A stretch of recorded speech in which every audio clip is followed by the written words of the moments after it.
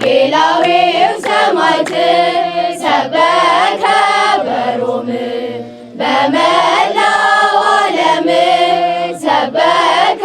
በእስክንድርያ በመላው ግብፅ ሰበከ በሮም በመላው ዓለም ሰበከ በእስክንድርያ በመላው ግብፅ